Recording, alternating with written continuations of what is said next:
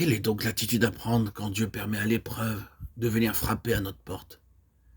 Que faire quand nous nous trouvons aux prises avec une circonstance difficile ou douloureuse?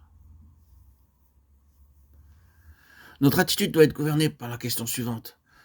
Dans la pensée de Dieu, cette expérience est certainement destinée à me faire atteindre quelques objectifs nouveaux. Qu'est-ce donc que Dieu a en vue?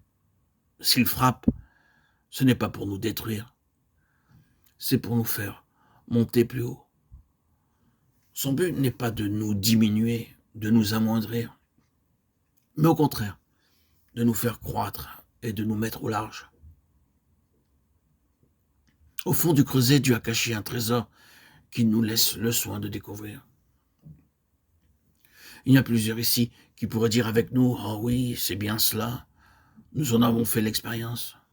Dans les abîmes où nous sommes descendus, nous avons trouvé la plénitude, et dans ces profondeurs, le Seigneur s'est révélé à nous d'une manière toute nouvelle. » À quoi tend cet exercice d'après Hébreux 9, 5, 14? Au discernement, c'est notre intelligence spirituelle que le Seigneur cherche ainsi à développer.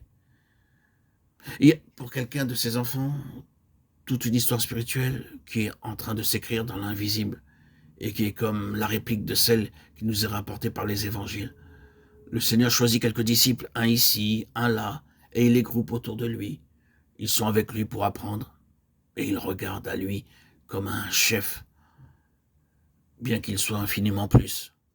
Un jour, il leur confère une autorité officielle et les investit du pouvoir d'aller en son exercer sa souveraineté sur la création, la gouverner pour lui, être des intermédiaires entre lui et le monde pour donner force de loi à son autorité.